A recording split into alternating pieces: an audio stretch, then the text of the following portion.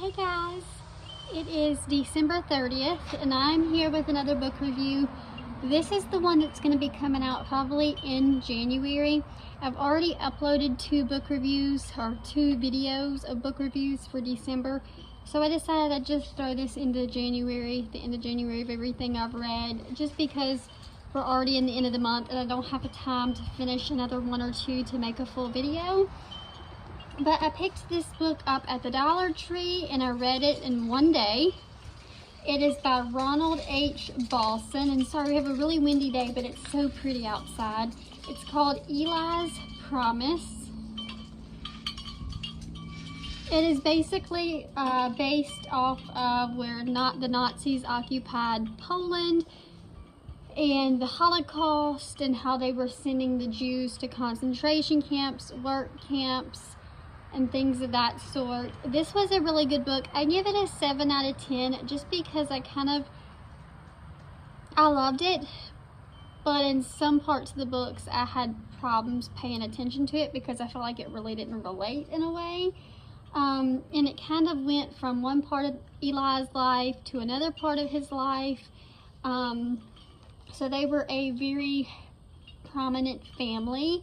They owned a brickyard, and so this guy that got in touch with the Nazis, he was pretty rich. He was able to make promises for Eli's family, his father, his in-laws, his son, his wife, things of that sort. And this guy, Eli would pay this guy money to keep the Nazis away from Eli's family, and it turned out that the guy paying the Nazis actually was not really helping them, and he ends up turning on the family, and the wife ends up dying in one of the camps, and he looks for her for a long time. Eli meets somebody, tuberculosis hits, and so a lot of people get sick, and Eli is helping the Americans that are coming in for refugees. It is a really good book. It tells a lot about the Holocaust, kind of in the perspective of a richer family that kind of got saved a little bit. They did get a little bit of grace.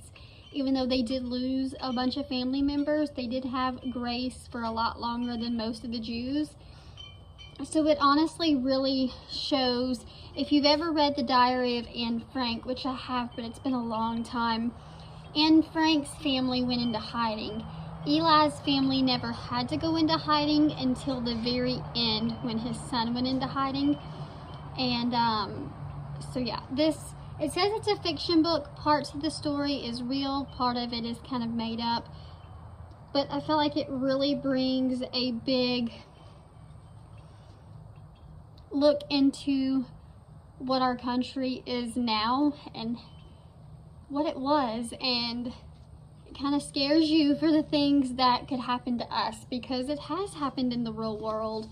And I've always found books on the Holocaust interesting. I find those parts of history to be very interesting. Not that I enjoy them, just that I like to learn about it. And so yeah, I give this book a 7 out of 10, and hopefully I'll get into my next one, and I'll see you guys whenever I come back on for the second book for January. All right, y'all, I'm here for book number 2 of January. Same day. I started reading while I sent the kids outside to play. This is also a Dollar Tree book that I found. This one I'm not a fan of. I couldn't even get through the full thing. I got about 100 pages in, and I kind of just flipped through it, and I was kind of like, what's the point of it?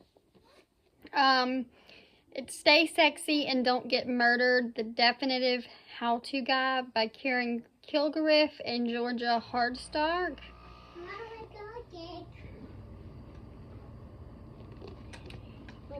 Honestly, I felt like this was a biography in a way. I don't know. It was just like, I found myself getting to page 90 or something like that, and I just didn't want to continue reading on. I was kind of reading it, and it's most of George's life story, And I found myself getting bored with it. She does have a lot of interesting things and things to reflect on, to take into your life, like self-care guides, little things like that. But other than that, I just felt like I was almost sitting with a friend and listening to a bunch of drama that I don't want to hear. And so I'm not a huge fan of this one. If you're into like biographies and listening to somebody's life story that's like over dramatized, this might be a good one for you.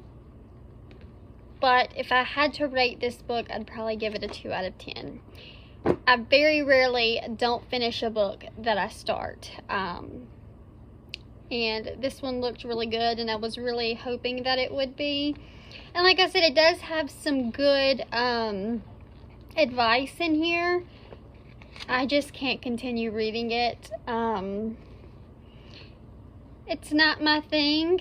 And yeah. Hey y'all, it is like 6:30. I've got a horrible migraine. Mason's already in bed, but I want to get this filmed really quick before I forget. So 2 more books that I have went through. It is January 4th, and I read half of this. This was from the Dollar General. It was $3. Yes, please. It's a biography about Amy Poehler.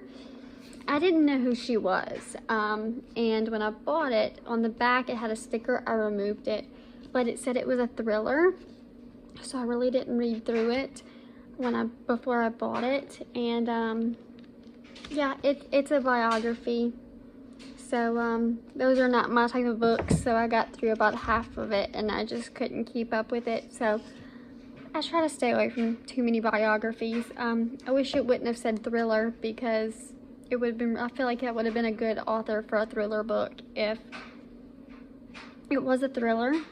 Then the next one came from the same Dollar General. It was $3 as well. This one was a thriller. This is Fern Michaels' Fear Thy Neighbor.